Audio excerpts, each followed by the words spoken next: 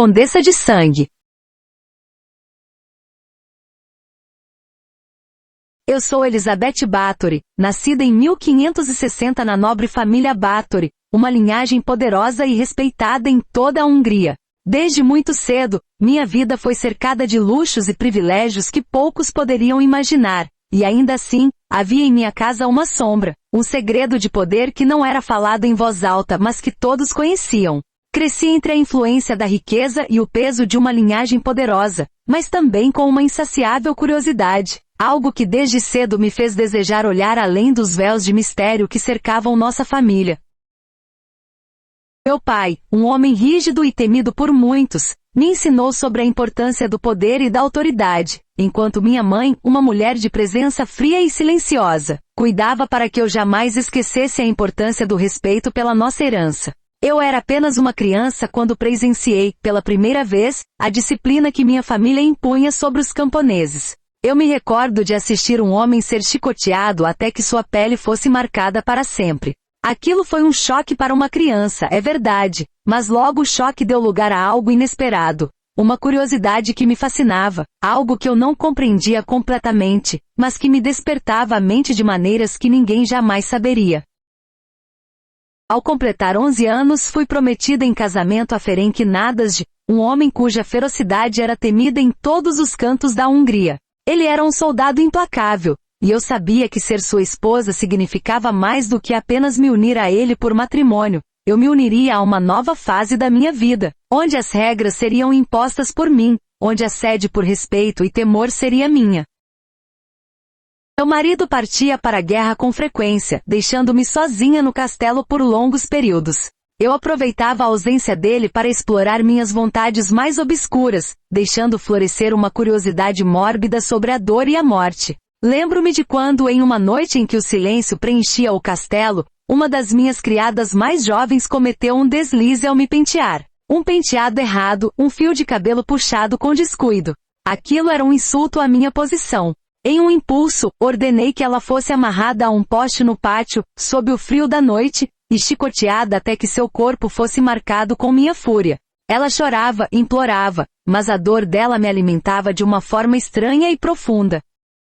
E foi aí que percebi que o poder não era apenas sobre o comando, mas também sobre o controle absoluto do corpo e do destino de quem estava abaixo de mim. No entanto, com o tempo, algo mais profundo começou a surgir em mim. Já não era apenas a disciplina que me fascinava, mas o que aquela disciplina deixava para trás. O sangue, o calor dele, a forma como escorria, parecia ter uma conexão com algo muito maior. Então eu me dei conta. Aquele sangue não era apenas o pagamento da serva pelo seu erro, mas uma fonte de poder, algo capaz de preservar e revitalizar a vida. A primeira vez que isso se revelou para mim foi em um momento de raiva. Eu já tinha passado dos 30, e o espelho começou a mostrar traços de que o tempo estava cobrando seu preço. Em um ímpeto, ao ver uma criada cometer um deslize, agarrei-a e a esbofeteei com toda a força. O sangue dela jorrou de sua boca quente e espirrou sobre minha mão e rosto. Algo inusitado aconteceu naquele instante. O sangue fresco em minha pele trouxe uma sensação de vitalidade que eu não sentia há anos. Foi ali que percebi que talvez aquele sangue jovem pudesse ser mais do que um castigo para elas. Ele poderia ser um presente para mim. A partir desse dia, passei a me interessar ainda mais pelos métodos que poderiam extrair o máximo de vida de minhas servas. Ordenei que uma câmara fosse construída em uma ala escondida do castelo, onde poderia, em segredo, observar até onde o corpo humano poderia resistir. Ao longo dos anos, meu conhecimento se aprofundou e minha sede pelo sangue fresco das jovens se intensificou. O que começou com uma mera curiosidade se transformou em uma busca insaciável pela juventude, pela renovação, uma sede que apenas o sangue poderia saciar.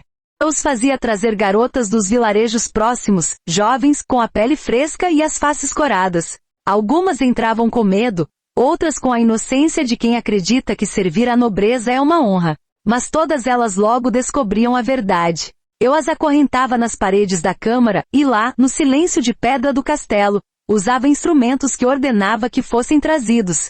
Ferragens quentes para marcar a carne, agulhas afiadas para perfurar unhas e dedos, lâminas para abrir pequenos cortes. Cada toque, cada gota, era um tributo à minha sede por poder. O sangue era recolhido cuidadosamente, e eu me banhava nele, sentindo o calor de suas vidas se mesclando ao meu próprio corpo. Havia algo divino nesse ritual, algo que ninguém jamais compreenderia.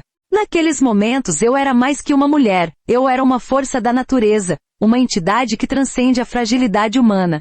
E quanto mais o sangue das jovens fluía sobre mim, mais forte eu me sentia, mais viva. Porém, não podia escapar para sempre do olhar invejoso dos outros. Os rumores começaram a se espalhar pelos vilarejos, histórias sobre as jovens que entravam no castelo e jamais voltavam. Histórias sobre os gritos que vinham das câmaras de pedra. Logo, a atenção do rei Matias II foi despertada, e uma visita ao meu castelo foi organizada. Quando eles chegaram, encontraram vestígios do meu trabalho, corpos e sangue manchando as paredes, como uma assinatura macabra de tudo o que eu havia conquistado. Fui capturada, julgada, embora ninguém ousasse me colocar em julgamento formal. Minha posição era ainda poderosa demais para isso, e eles sabiam que eu, uma Báthory, não poderia ser tratada como uma simples camponesa. Em vez de uma forca, fui condenada ao isolamento perpétuo, trancada em uma pequena cela no próprio castelo que fora meu domínio. Foi ali sozinha que passei meus últimos anos.